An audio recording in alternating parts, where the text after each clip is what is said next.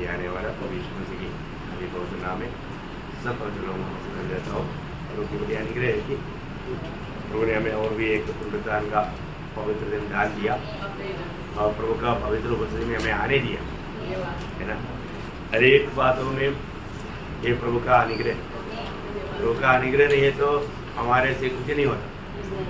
तो पौलुस बोलता है मैं जो कुछ भी हूँ परमेश्वर के अनुग्रह से, और जो अनुग्रह मुझे मिला वो व्यर्थ नहीं किया। तो हमें प्रभु जो अनुग्रह दिया है वो अनुग्रह व्यर्थ नहीं करना चाहिए। क्यों मानो एक संगति मिलना पड़ेगा तो ये बहुत बड़ी आशीष की बात है। संगति का गौरव लोग नहीं जानता। और दूसरी बात मानो हम प्रभु में जीवन बिताना पड़ेगा तो ये प्रभु की बड़ी अनुग्रह है ना। तो आज हम लोग कितना आनंदित है ना। आनंद का कारण क्या है? प्रभु यीशु मसीह हमारे लिए मृत्यु सह है ना। प्रभु यीशु मसीह की मृत्यु से हम बच गया है ना। हम लोग खास करके जब इतवार का दिन में एकत्रित होता है तो हमारे बीच में प्रभु का मेष रहता है। मेष हमेशा हमें एक बात याद दिलाता है। इसमें रोटी और दाखर से क्या याद दिलाता है? हाँ, प्रभु यीशु मसीह की पवित्र देह हमारे लिए तोड़ा गया और उसका पवित्र लहू मेरे लिए बहाया गया। तो बहुत बड़ी बात है ना। ये बात हमेशा एक भक्त को याद रखना चाहिए, क्योंकि हमारा सच्चा विजयी जीवन का आधार यीशु मसीह का मृत्यु है। यदि यीशु मसीह दुनिया में आकर हमारे लिए मारा होता तो हमें ये जीवित आशा कभी नहीं मिलता था है ना। उसकी मृत्यु के द्वारा हमें मिला हुआ ये छुटकारा इतना भारी बात है। तो आज भी प्रभु का मेष में जाने से पहले एक भजन मैं आपको पढ़ाना चाहूँगा। पहला कुरिन्थी उसका 11 अध्याय 26 वचन। पहला कुरिन्थी 11 अध्याय का 26 वचन। क्योंकि जब कभी तुम ये रोटी खाते और इस कटोरे में से पीते हो तो प्रभु की मृत्यु को जब तक वह न आए प्रचार करते हो।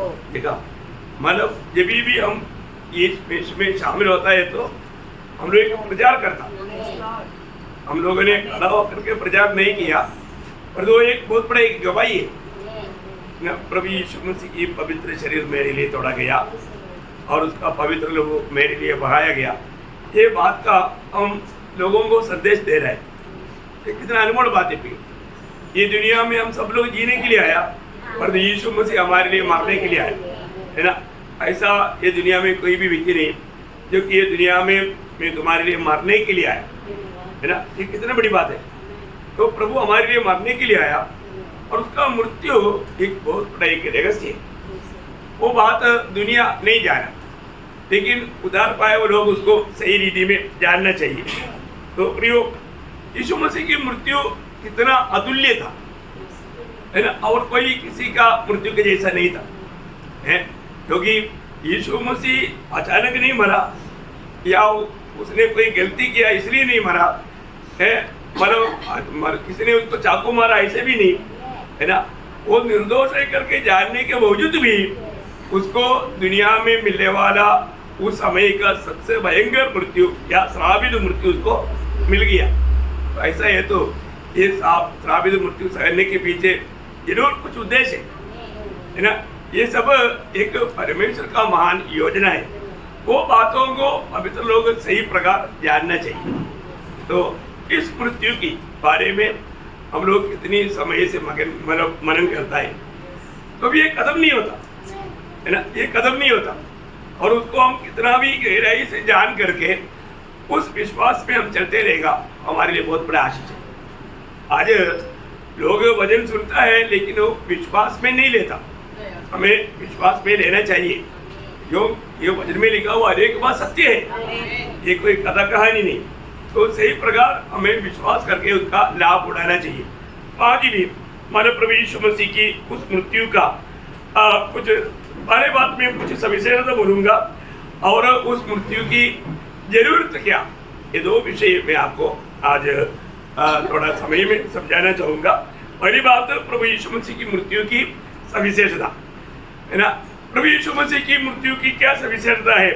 पहली बात मैं आपको बताना चाहता हूँ, ये सब मनुष्य के संबंध में मनुष्य बनकर के मनुष्यों के लिए करना जरूरी था, इसलिए वो मनुष्य बना।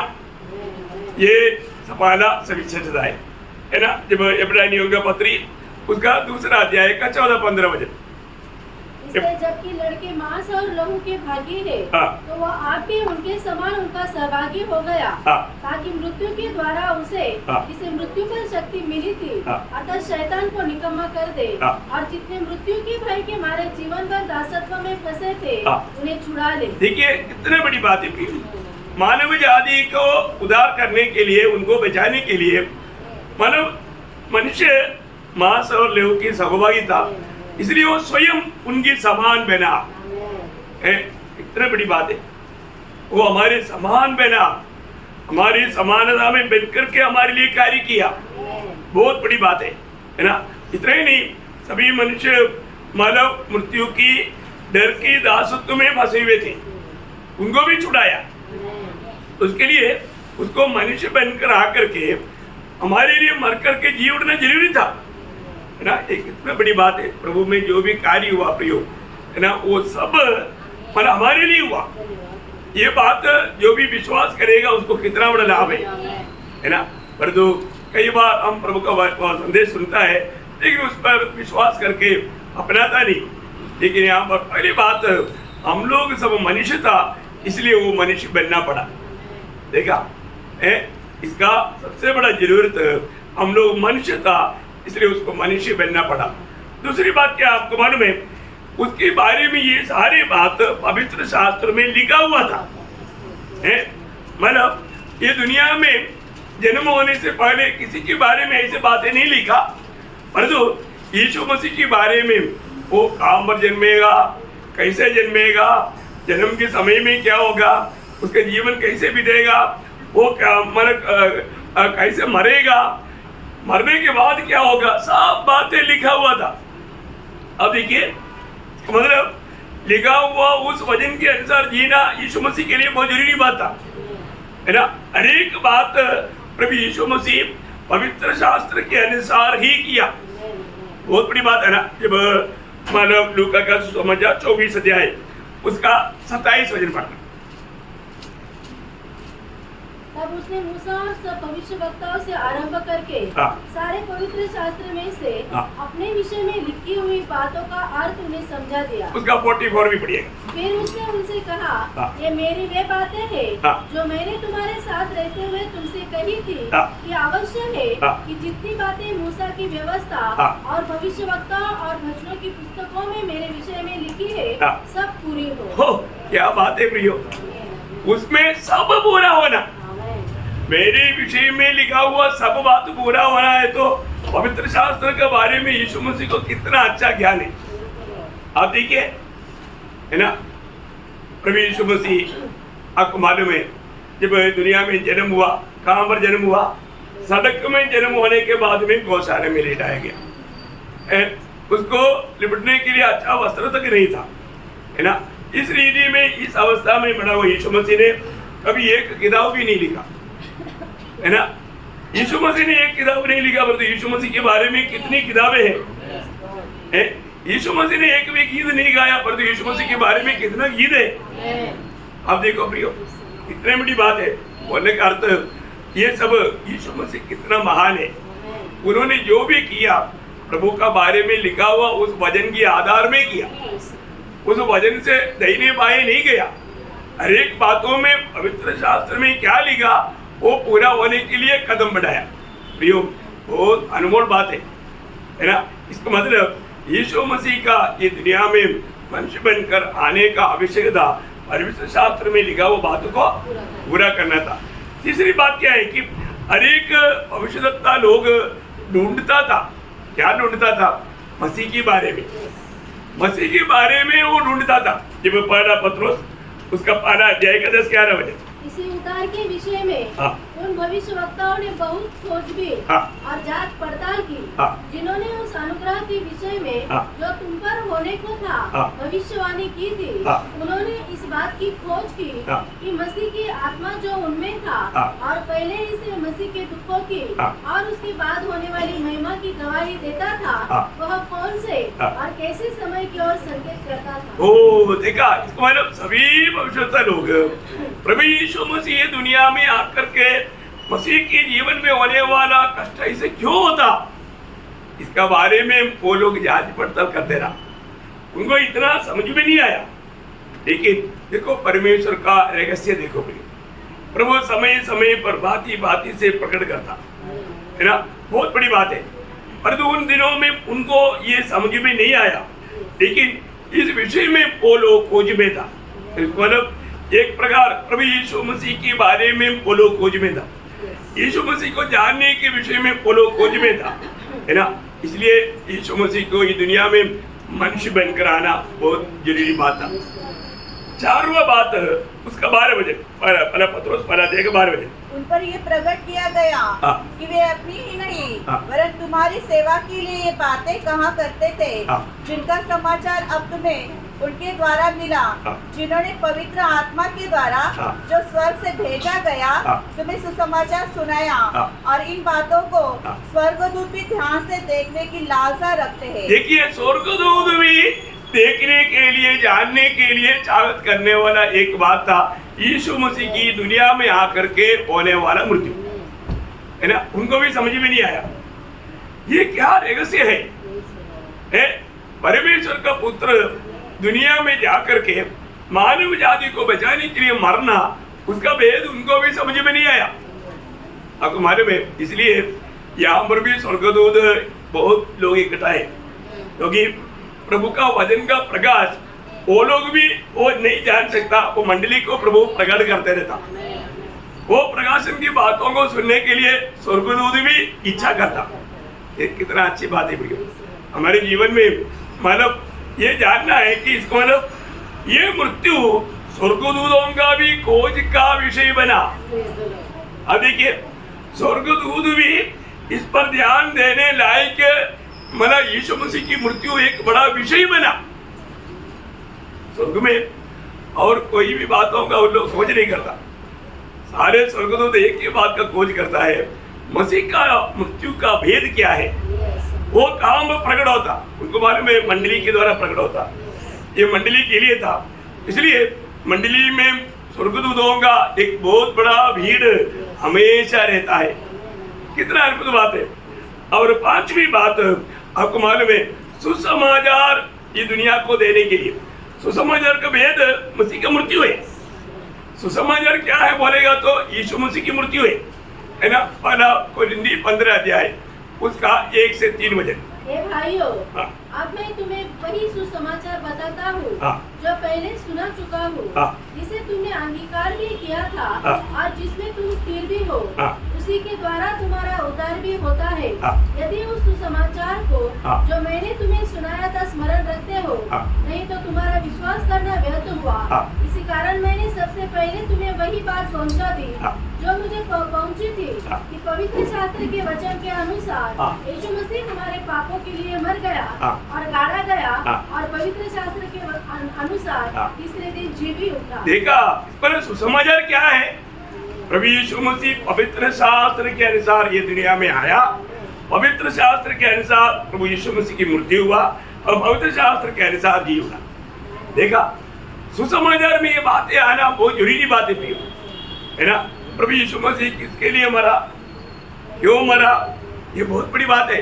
आज बहुत लोग मानव बोलता है कि हमने उद्धार पाया, लेकिन उद्धार पाया है कि नहीं वो बात सही प्रकार उनको शायद नहीं समझता। उद्धार का अर्थ क्या है बहुत बार समझाया और एक बार समझाता हूँ, आप लोग बहुत ध्यान से सुनना।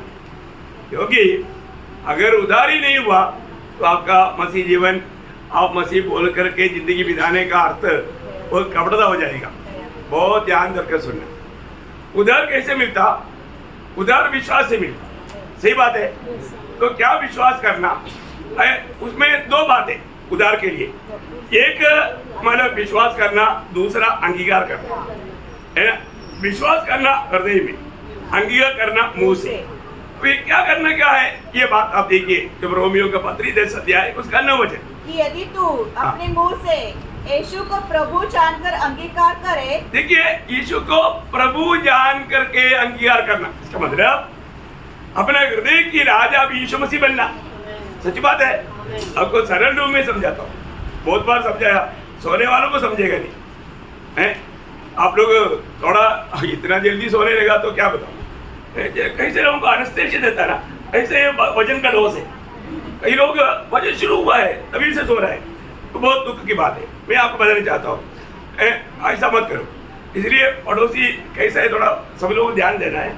एक चिमटी दे दो, कोई बात नहीं, इंजेक्शन दे दो, उनको सुनने दो, तो बहुत बड़ी बात है प्रियो। खास बात सुनने नहीं देता, जो उधार नहीं पाया लोगों का ऐसे ही शैतान करता, वो कभी नहीं पाना, वो ये धोखा मेरे। तो बहुत बड़ी बात है प्रियो, पर हमारे जीवन में उधार पाने के लिए पहले बात बहुत ध्यान से सुनना हुआ था, हृदय में हमें विश्वास करना है। क्या करना? पढ़िए वापस एक बार कि यदि तू अपने मुंह से यीशु को प्रभु जानकर अंगीकार करे, यीशु मसीह को प्रभु जान करके मुंह से अंगीकार करे, और अपने मन से विश्वास करे कि परमेश्वर ने उसे मरे हुए में से जिलाया, तो तू निश्चय उद्धार पाएगा। देखा, तब उद्धार पाएगा। अभी एक बात जानना, यहाँ पर यीशु मसीह को क्या बोल करके अंगीकार किया? प्रभु प्रभु प्रभु बोल करके अंगीकार किया। सच में आप मुझे बताओ, यीशु मसीह आपका प्रभु है क्या? है? एक दिन के जीवन को पर को प्रियो है, यीशु मसीह आपका जीवन का राजा है, सर्वाधिकारी है, और आप यीशु मसीह के हुक्म बिना आप कुछ नहीं कर सकता। हर एक काम करने के लिए यीशु मसीह की परमिशन चाहिए, उसको बोलता है प्रभुता देना। और तो आप मुझे बताओ, कितने लोग ये बात को समझता? यीशु मसीह मेरा प्रभु है तो मुझे प्रभु की अनुमति से सब काम करना है? सब काम मुझे प्रभु का परमिशन से करना है। अभी क्या हो गया, यीशु मसीह को हम सिंहासन दिया और जो मनमानी अपना, मतलब वास्तव में सिंहासन में कौन बैठा? अपना मैं स्वयं। ऐसा जीवन में उधार पाया बोलना धोखा है। उधार पाया व्यक्ति को वो हमेशा हर बात में प्रभु का इच्छा पहचान करके उसकी राहों पर चलना है। इसलिए एक बात मैं आपको बताना चाहता हूँ, मैं उधार पाया है कि नहीं, ये पहले बात जानो। अभी उसका 10 वचन भी पढ़िएगा। क्योंकि धार्मिकता के लिए मन से विश्वास किया जाता है। देखा, धार्मिकता कैसे मिलता? विश्वास से। हम धर्मी कैसे ठहरा जाता? विश्वास से, वो हमारे कर्म से नहीं। बहुत बड़ी बात है जो विश्वास। एक बात आप जानना, ये जो विश्वास है ना, ये जिंदा विश्वास है। ये विश्वास है, बोलना का भी नहीं। आपको याद होगा, मतलब वो पूरा पढ़ने से पहले वही रोमियो 1 अध्याय का 6 वचन पढ़ता। रोमियो 1 का 6। उसके द्वारा हमें अनुग्रह पेरिटाई मिली थी। उसके नाम के कारण सब जातियों के लोग विश्वास करके उसके माने। विश्वास करके उसके माने, बोले का मतलब विश्वास की आज्ञाकारिता। क्या है? 5 के लास्ट। अच्छा, 5 के लास्ट में, ठीक है, आपको 5 के लास्ट में है। मतलब विश्वास है तो वहां पर क्या है? आज्ञाकारिता है। विश्वास है तो आज्ञाकारिता है। अब विश्वास किया पर तो आज्ञा नहीं मानता तो है? आपने विश्वास करके धर्मी पाया करके अभी पढ़ा ना, आप धर्मी बने कि नहीं? क्या प्रूफ? आज्ञा मानना है ना। उसका 16 अध्याय का 24 वचन बहुत अच्छा रीति में समझना प्रिय है।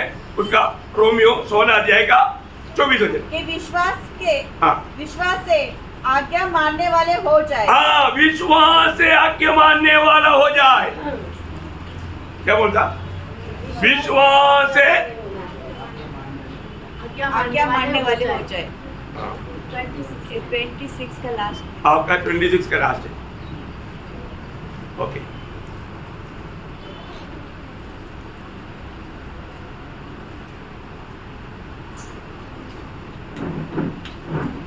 देखा, मैं बंद किया तो सोने वाला जग गया, मैं बात करने लगता है तो सोने लगता, उसके बाद प्रचार करना नहीं करना।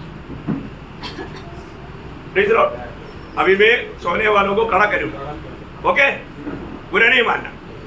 ओके, तो बहुत बड़ी बात है प्रियो, हमें इस बात को जानना है कि विश्वास है तो वहां हमारा आज्ञाकारिता है, विश्वास है आज्ञाकारिता। और जो हम प्रभु की बात नहीं मानता, अपना मनमानी करता, फिर उसका उदार हुआ बोलना कोई सच्ची बात है क्या? नहीं, वो गलत बात है भाई। हमारी एक बात को वचन के द्वारा समझना है, वचन के द्वारा समझना है ना। अगर हम उधार पाए वचन है तो मैं हर एक बातों में, मतलब प्रभु में आने के बाद में हमें प्रभु की आज्ञाकारिता में रहना। शादी होने के बाद में पत्नी अपना मनमानी में चलेगा तो चलता है क्या? नहीं, है ना। इफिसियों का पत्री 5 अध्याय 22 वचन।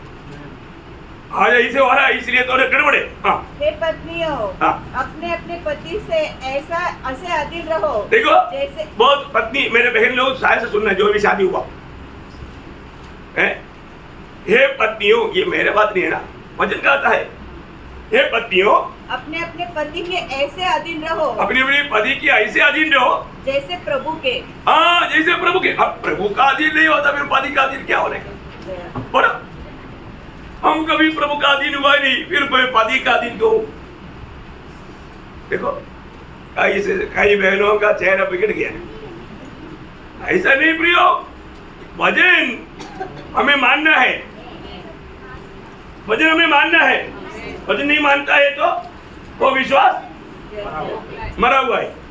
उस विश्वास का कोई प्रभु का उपस्थिति में कुछ भी वैल्यू नहीं। तो आपका उधार हुआ है तो इसलिए प्रभु ने बार बार बोला ना, तो मुझे हे प्रभु कहता है, मेरे बात लूका 6 का 46 याद है ना। मैं आपको हर एक वचन पढ़ाने की जरूरत नहीं, आपको सबको वचन मालूम है।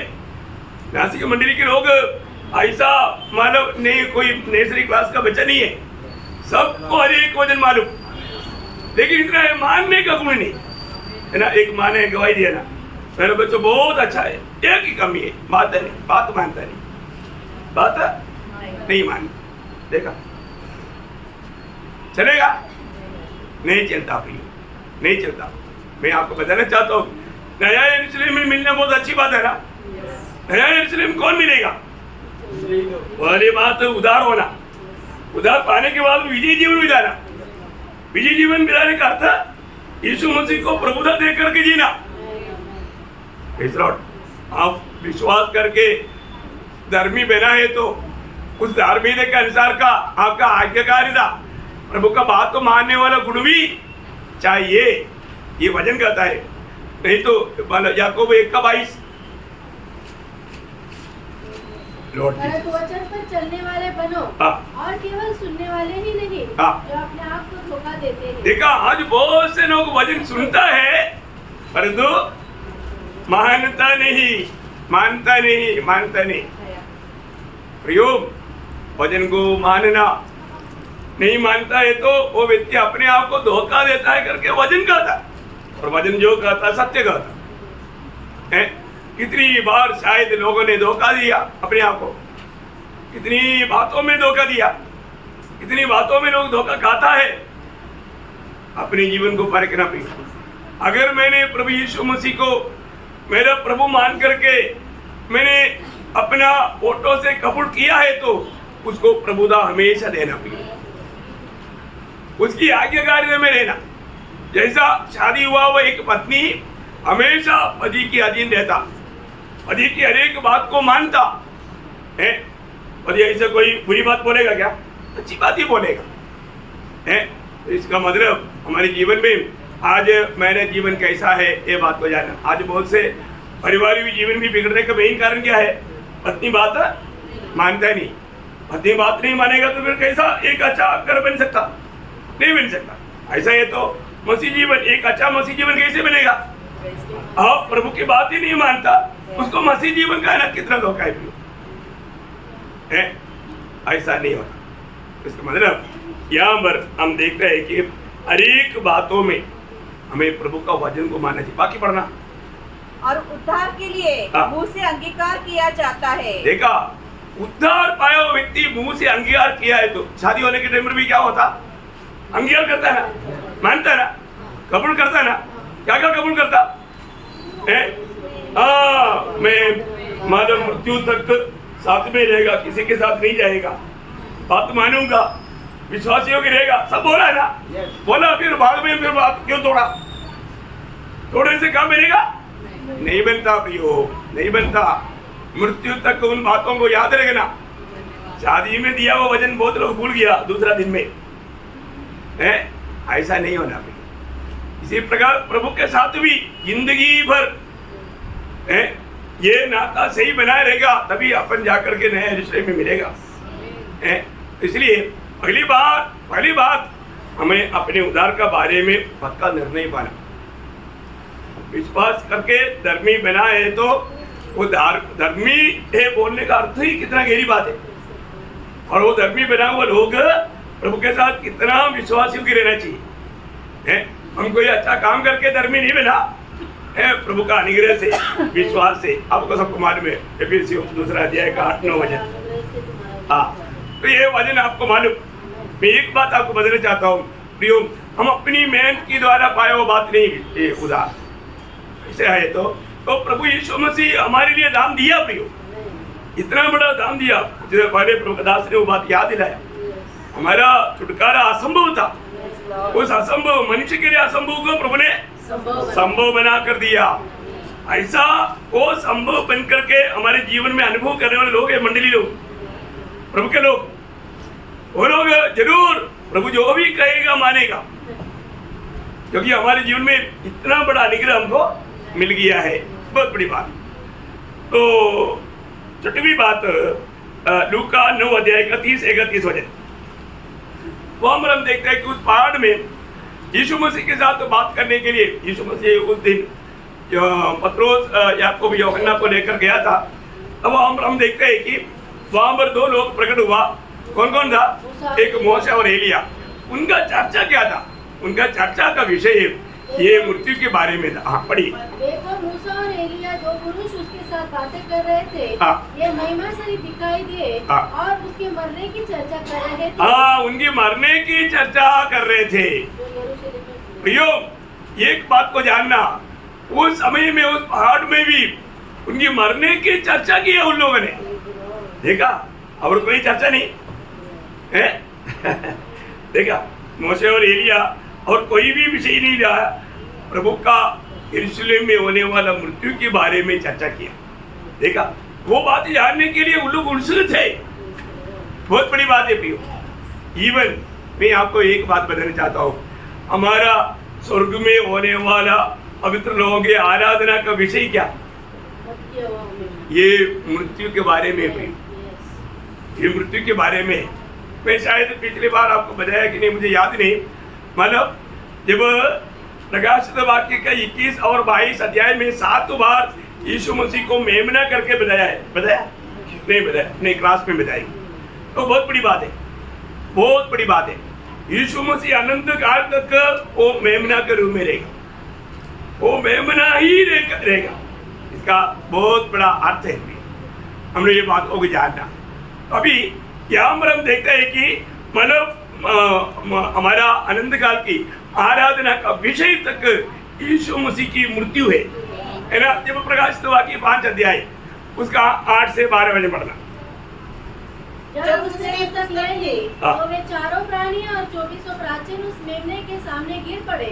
उनमें से हर एक के हाथ में वीणा और धूप जो पवित्र लोगों की प्रार्थनाएं से भरे हुए सोने के कटोरे थे, वे यह नया गीत गाने लगे, तू इस पुस्तक के लेने और इसकी मोहरें खोलने के योग्य है, क्योंकि तूने वध होकर अपने लहू से हर एक कुल और भाषा और लोग और जाति में से परमेश्वर के लिए लोगों को मोल लिया है। प्रियो, अनंत काल तक हम ये बात बताएगा, प्रभु हम यहाँ पर आने का एक ही कारण, तू हमारे लिए वधुआ वधुआ। आज इस पुनरुत्थान के दिन में यहाँ पर आराधना के लिए आने से पहले हम में से कितने लोग प्रभु मेरे लिए वधुआ, इसके लिए मैं प्रभु का आराधक बनने का योग्य बना, ये बात को एक बार भी याद किया?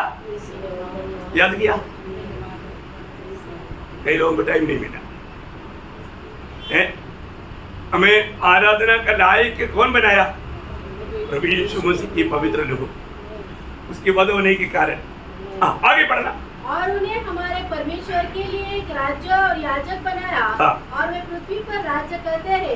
जब मैंने देखा तो उस सिंहासन और उन प्राणियों और प्राचीनों की चारों और बहुत से स्वर्गदूतों का शब्द सुना, जिनकी गिनती लाखों और करोड़ों की थी, और वे ऊंचे शब्द से कहते थे, वध किया हुआ मेमना ही। देखिए, वो वहाँ पर कहने वाला बात, वध किया हुआ मेमना ही सामर्थ और धन और ज्ञान और शक्ति और आदर और महिमा और धन्यवाद के योग्य है। देखा, ये सातों बातों का योग्य कौन है? वध हुआ मेमना, वध हुआ मेमना। प्रियो, ये बात को यहाँ पर रहने के समय में भी मंडली इस बात को हमेशा याद रखना चाहिए, क्योंकि मंडली प्रभु यीशु मसीह की पवित्र लहू से खरीदा हुआ है, उस लहू से धोया हुआ लोग है। कितनी बड़ी बात है। हमारा अनंत काल की आराधना का विषय वध हुआ मेमना है ना। हम आराधना करेगा, अनंत काल आराधना करेगा। हमारा विषय क्या? वध हुआ मेमना। इसलिए यीशु मसीह मेमना बनकर अनंत काल रहेगा। इसका मतलब कितना बढ़िया है, कितना बड़ी बात है। ये बात को हम जब से उधार पाता है तब से लेकर के अनंत काल तक ये बात भूल नहीं सकता, छोड़ नहीं सकता, त्याग नहीं सकता। इसमें सारे आधार है। इसका मतलब मैंने आपको 7 पॉइंट बताया, यीशु मसीह की मृत्यु का सविशेषता का 7 बताया। अभी मैं प्रभु यीशु मसीह की मृत्यु की जरूरत या उसका क्या जरूरत था, वो कुछ बात मैं आपको बताना चाहूंगा। आपको मालूम है, यदि मानो यीशु मसीह की मृत्यु के अगर जरूरत नहीं था तो पिता कभी भी अपने पुत्र को मरने नहीं देता था। Praise Lord. और किसी की मृत्यु में भी छुटकारा नहीं, और किसी प्रकार भी उद्धार होता मानव जाति का तो पिता को पुत्र को देने की जरूरत नहीं था। लेकिन और कोई मार्ग नहीं, स्वयं परमेश्वर को ही उसके लिए आकर के बलिदान होना पड़ा। इतनी बड़ी बात है। इसके अलावा कोई मार्ग पिता के पास भी नहीं था। इसका मतलब हमारा उद्धार कोई छोटा विषय है क्या? नहीं प्रियो, हमारा उद्धार कितना बड़ा है, इतना प्रभु बड़ा है। इतना प्रभु बड़ा है, कोई बयान कर सकता? नहीं कर सकता। ऐसा है तो इतना बड़ा, इसलिए इब्रानियों 2 अध्याय का 3 वचन में लिखा है, इतना बड़ा उद्धार से वो आपने जिन्होंने उद्धार नहीं पाया ना प्रियो, इस उद्धार से निश्चिंत नहीं रहना। इस उद्धार को बारे में एक बार भी सुना तो आप पापी है, आपको उद्धार का जरूरत है। इस उद्धार को कभी भी जाने नहीं देना, इस उद्धार को अपनाना। और ये दाम दे करके नहीं कर सकता, ये मुफ्त में मिलता है विश्वास करने के द्वारा। कितना सरल बात है। अभी यहाँ पर हम देखते हैं कि प्रभु यीशु पिता ने हमारे लिए अपने एकलौता पुत्र को मरने दिया। बहुत बड़ी बात है। यीशु मसीह उसका बारे में पहले के टाइम पर जब यूहन्ना का सुसमाचार 3 अध्याय का 14-15 वचन, और इस रीति से मूसा ने जंगल में सांप को ऊंचे पर चढ़ाया, उसी रीति से अवश्य है कि मनुष्य का पुत्र भी ऊंचे पर चढ़ाया जाए, ताकि जो कोई उस पर विश्वास करे वह अनंत जीवन पाए। देखा, जो कोई उस पर विश्वास करे वह अनंत जीवन पाए, अनंत जीवन पाए। देखा, कितनी बड़ी बात है। दृष्टांत भी दिया है ना। मणिपुर यात्रा में इसराइली लोग सांप काट करके जो मरते थे, वो लोग उस पितल की सांप की ओर देखेगा तो देखने वाला बच जाएगा, जो नहीं देखा वो मर गया। अभी भी ऐसा है, जो प्रभु यीशु मसीह की ओर देखेगा वो मुझे पापी को बचाने के लिए परमेश्वर ने मेरे लिए अपना एकलौता पुत्र को भेजा। प्रियो, आप देख पा रहा है विश्वास की आंखों से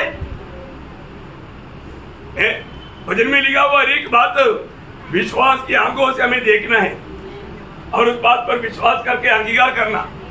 कितनी बड़ी बात है।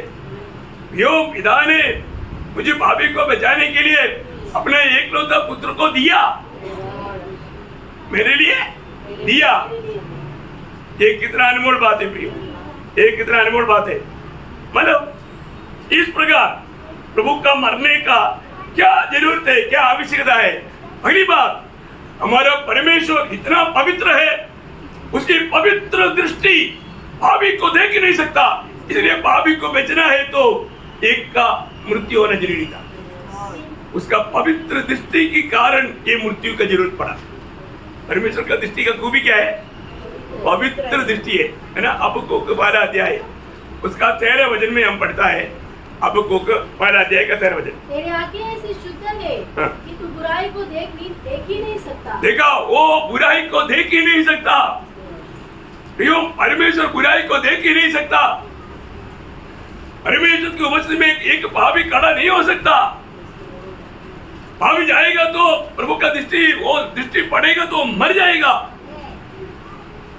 बाप रे, आपको मालूम है जब मिला वाला तंबू की ओर देखने वाला मर गया तंबू की ओर देखने वाला मर गया तो फिर प्रभु की ओर देखेगा तो क्या होगा? कितना भयंकर अवस्था रहेगा। इसलिए हमारे लिए ये मृत्यु जरूरी था। हमें उस पापी अवस्था से बचाने के लिए यीशु मसीह को मरना जरूरी पड़ा। कितनी बड़ी बात है। आज हमें कभी भी परमेश्वर डायरेक्ट नहीं देखता। कैसे देखता? उत्तर के द्वारा देखता। हमें पिता ने इसलिए मसीह में देखा, मसीह में होकर के हमको देखता। बहुत बड़ी बात है। मसीह में होकर हमें देखता, इसलिए हम भेज जाता। और वो डायरेक्ट देखता, हम कभी नहीं भेजता है। हम डायरेक्ट जाएगा तो भी स्वर्ग में प्रवेश होगा नहीं। बहुत बड़ी बात है। यीशु मसीह में पिता ने हमारे लिए किया हुआ कामों को ये वचन की द्वारा है विश्वास की आंखों से समझ करके प्रभु को महिमा देना हमारे लिए कितना जरूरी बात है। तो पहली बात, उसकी पवित्र आंख के कारण प्रभु को मरना पड़ा, उसका जरूरत पड़ा। दूसरी बात क्या आपको मालूम? मानो प्रभु का प्रेम उसको मरने के लिए जरूरत पड़ा।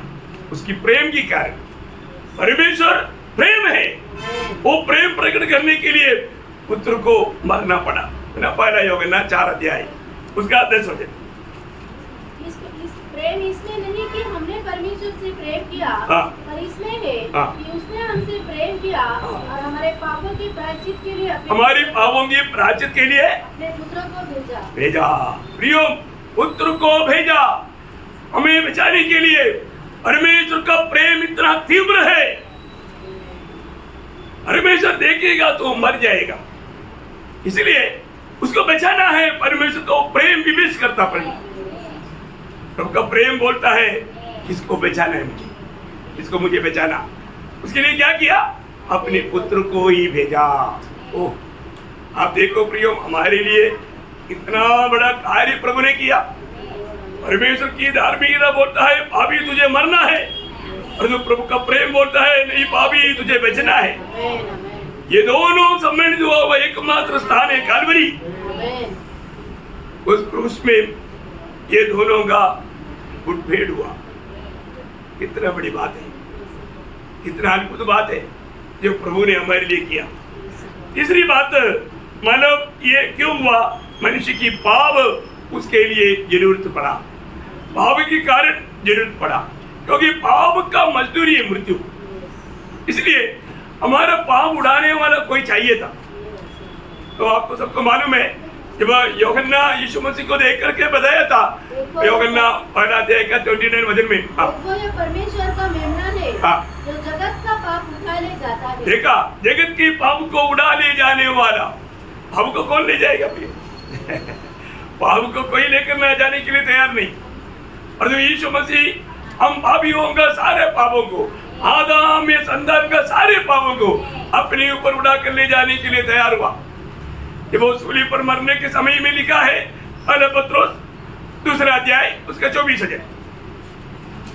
लॉर्ड जीसस वह आपने हमारे पापों को अपने देह पे लिए हुए अपनी देह पर लिए हुए क्रूस पर चढ़ गया। देखा, हमारे सबकी सारी आदम या पीढ़ी की सारे पापों को प्रभु यीशु मसीह ने अपने ऊपर लिया। कितना श्रेष्ठ बात है भैया, कितना अद्भुत बात है। प्रभु ने अपनी देह पर हम सारे पापियों का पाप उठा करके वो सूर्य पर मरा, है ना। आप देखिए, जब यशायाह नबी किताब उसका 59 अध्याय का 12 वचन पर, यशायाह 59 अध्याय का 12 वचन। क्योंकि हमारे अपराध तेरे सामने बहुत है, हमारे पाप हमारे विरुद्ध साक्षी दे रहे हैं। हमारे पाप हमारे विरुद्ध साक्षी देता है, हमारे अपराध हमारे संग है और हम अपने अधर्म के काम जानते हैं। इसका मतलब क्या है कि हम लोग किसी भी प्रकार पर कोई निकट नहीं जा सकता। हम दूर दूर दूर दूर जा रहे थे, हमें प्रभु की निकट जाने के लिए। एफेसियों का पत्री उसका दूसरा अध्याय का 13 वचन पढ़ना। एफेसियों दूसरा अध्याय का 13 वचन। पर अब मसीह यीशु में तुम जो पहले दूर थे, देखा, पहले तुम दूर थे, मसीह के लहू के द्वारा निकट हो गया। प्रभु यीशु मसीह का कालवरी सूली की मृत्यु इसलिए जरूरत पड़ा कि हमारा पाप के कारण, हमें पाप से छुड़ाने के लिए, पाप से मुक्त करने के लिए लहू चाहिए था।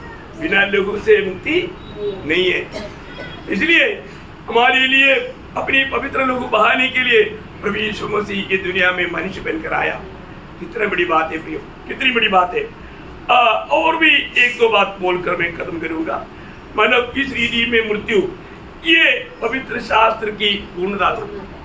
आपको मैं बताना चाहूंगा, जब लूका 24 अध्याय का 25 से 27 तक का वचन, लूका 24 अध्याय का 25 से 27 तक वचन। तब उसने उनसे कहा है, निर्बुद्धियों और भविष्यवक्ताओं की सब बातों पर विश्वास करने में मनमतियों, क्या आवश्यक न था कि मसीह दुख उठाकर अपनी महिमा में प्रवेश करे। तब उसने मूसा और सब भविष्यवक्ताओं से आरंभ करके सारे पवित्र शास्त्र में से अपने विषय में लिखी बातों का अर्थ उन्हें समझा दिया। देखिए, प्रभु यीशु मसीह मरकर जी उठने के बाद में विश्वास न करने वाला चेलों को पवित्र शास्त्र से पढ़ करके उनको समझाया। कितना बड़ी बात है। मनुष्य के लिए ये छुटकारा असंभव था। हम लोग बार बार पढ़ने वाले एक भाग है 49 भजन संहिता, उसका 7 से 9 तक का वचन आपको। उनमें से कोई अपने भाई को किसी भांति छुड़ा नहीं सकता है, अन्ना परमेश्वर को उसके बदले प्रायश्चित में कुछ दे सकता है, क्योंकि उसके प्राण की छुड़ौती भारी है, वो अंत तक कभी न चुका सके। देखा, मनुष्य किसी भी कारण वो एक व्यक्ति दूसरा व्यक्ति को नहीं बचा सकता, और सारा मिलकर के भी एक व्यक्ति को नहीं बचा सकता। असंभव था, पर जो प्रभु ने असंभव को संभव बनाया। कितना बड़ी बात है प्रियो। इसका मतलब हम यहाँ पर देखते हैं कि ये सब पवित्र शास्त्र में लिखा हुआ बात पूरा होने के लिए जरूरी था, यीशु मसीह की मृत्यु। और एक बात मैं आपको बताना चाहूंगा, वो है परमेश्वर का उद्देश्य पूर्ण होने के लिए। परमेश्वर का मानव जाति के प्रति एक लक्ष्य था, उद्देश्य था, उसको पूरा करने के लिए यीशु मसीह को मरना पड़ा। जब प्रेरितों का उसका दूसरा अध्याय उसका 23 वचन, प्रेरितों दूसरा अध्याय उसका, जो परमेश्वर की ठहराई हुई योजना और पूर्व ज्ञान के अनुसार पकड़वाया गया, तुमने अधर्मियों के हाथ से क्रूस पर चढ़वाकर मार डाला। देखा, उस यीशु को जो परमेश्वर में दिखाने वाला वो पुरुष, उस यीशु को तुम लोगों ने मार डाला। देखा, क्यों मार डाला? ये परमेश्वर की पूर्व ज्ञान के अनुसार था। परमेश्वर ने कहा हुआ, परमेश्वर की लक्ष्य पूरा होने के लिए था। वो वही बात है, जब पहला पत्रोस पहला अध्याय उसका 18 से 20 तक वचन पढ़ना। पहला पत्रोस पहला अध्याय 18 से 20। क्योंकि तुम जानते हो कि हमारा निकम्मा चाल चलन जो बाप दादा से चलता आता है, उससे तुम्हारा छुटकारा चांदी सोने अर्थात नाशवान वस्तु के द्वारा नहीं हुआ, पर निर्दोष और निष्कलंक मेमने अर्थात मसीह के बहुमूल्य लहू के द्वारा हुआ। उसका ज्ञान तो जगत की उत्पत्ति से पहले ही से जाना गया था, पर अब इस अंत युग में हाँ। अंतिम युग में तुम्हारे लिए प्रकट हुआ। देखा प्रियो, हालेलुया, ये पहले से परमेश्वर की योजना में था, है ना, पहले से प्रभु की योजना में था, परंतु इस अंत समय में वो बात प्रकट हुआ।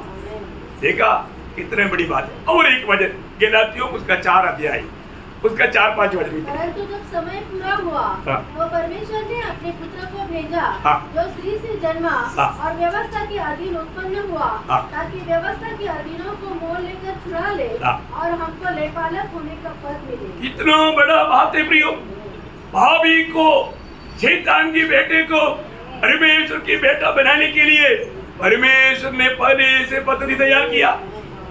परमेश्वर की दिल के अंदर ये पद्धति था, इसलिए नहीं जाना। प्रभु हमें प्रकट करके दिया अपने वचन के द्वारा।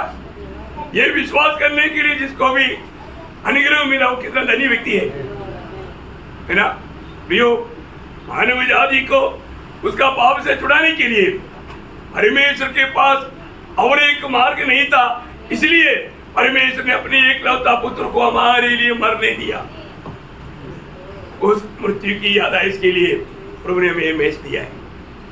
ये भी अपन मेज के और जब जाता है, प्रभु ने हमें दिया हुआ, प्रभु ने हमारे लिए किया हुआ उन बातों को हमें स्मरण रखना है, उन बातों को याद करके प्रवेश करना भी हो।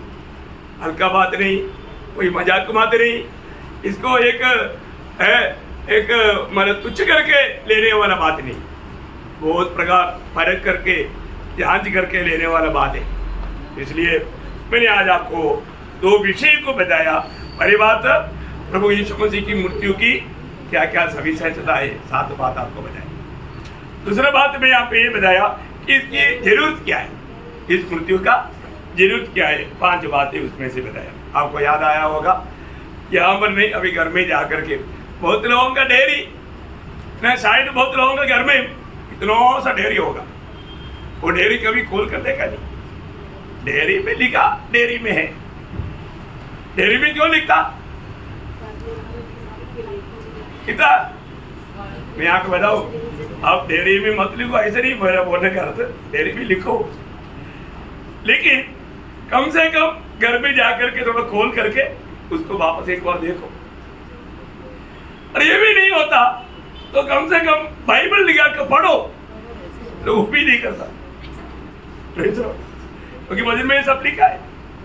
वचन पढ़ना ही कई लोगों ने छोड़ दिया, ऐसा नहीं होना चाहिए है। तो प्रभु हमारे लिए कितना बड़ा कार्य किया, प्रभु कार्य एक बातें वचन में लिखा, इसलिए उस वचन को जानना और वचन में बना रहना प्रभु का लोगों का कर्तव्य है। प्रभु ये वचनों के द्वारा आप आशीष दे, प्रभु को महिमा मिले, आमीन।